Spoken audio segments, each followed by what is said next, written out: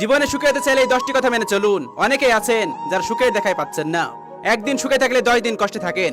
তাই জীবনে সুখে হতে চাইলে এই 10টি কথা মেনে চলুন। নাম্বার 1, আবেগ দিয়ে না চলে বিবেক দিয়ে চলুন।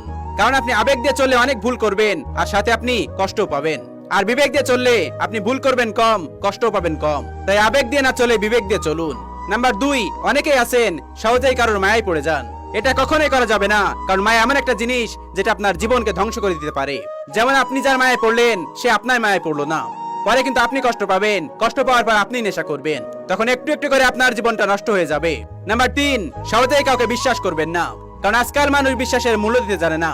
আপনি যে মানুষটাকে বিশ্বাস করবেন, সেই মানুষটাই আপনার বিশ্বাস ভেঙে দিবে, এবং সেই মানুষটাই আপনার সবচেয়ে বেশি কষ্ট দিবে। তাই কাউকে সহজে বিশ্বাস করবেন না।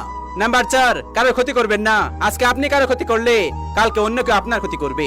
একটা কথা মনে রাখবেন, আল্লাহ ছাড় দেন কিন্তু ছেড়ে দেন না। তাই জেনে বুঝে কারোর ক্ষতি করবেন না।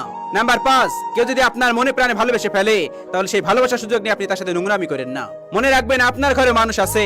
আজকে আপনি কোনো মানুষের সাথে নোংরামি করেন, পরের দিন আপনার পরিবারে কোনো মানুষের সাথে এমন নোংরামি হবে। মনে রাখবেন, রিভেঞ্জ অফ দ্য নেচার বলে একটা কথা আছে। নাম্বার 6, যে মানুষটা আপনাকে মনে প্রাণে ভালোবাসবে, সে কখনোই বলবে না আমার সাথে এইগুলো করো এইগুলো করো। যে মানুষটা আপনাকে ভালোবাসবে না, সেই মানুষটা অবশ্যই আপনার সাথে নোংরামি করতে চাইবে।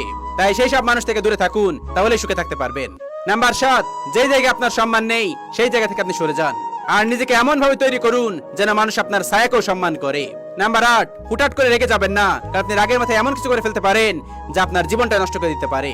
কারণ মানুষ যখন রেগে যায়, তখন তার ঘাড়ে শয়তান আসর করে, আর শয়তান মানুষকে অনেক কিছু করাতে বাধ্য করে। নাম্বার 9, কাউকে ভালোবাসলে তার সৌন্দর্য দেখে ভালোবাসবেন না, তার গায়ের রং দেখে ভালোবাসবেন না, তার কণ্ঠ দেখে ভালোবাসবেন না। একটা কথা মাথায় রাখবেন, বয়সের সাথে সাথে তার এগুলো সব চলে যাবে, শুধুমাত্র থেকে যাবে তার ব্যক্তিত্ব।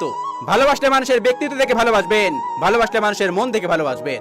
নাম্বার 10, জীবনে আর যাই করেন না কেন, বাবা মা দুনিয়াতে থাকাকালীন ইনকাম করার চেষ্টা করুন, তাদের ছোট্ট ছোট্ট শখগুলো পূরণ করার চেষ্টা করবেন।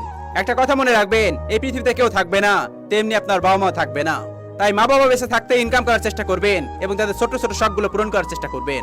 এই 10 টাকা যদি আপনি করেন, তাহলে আপনি জীবনে সুখে থাকার জন্য অনেকগুলো পথ পেয়ে যাবেন।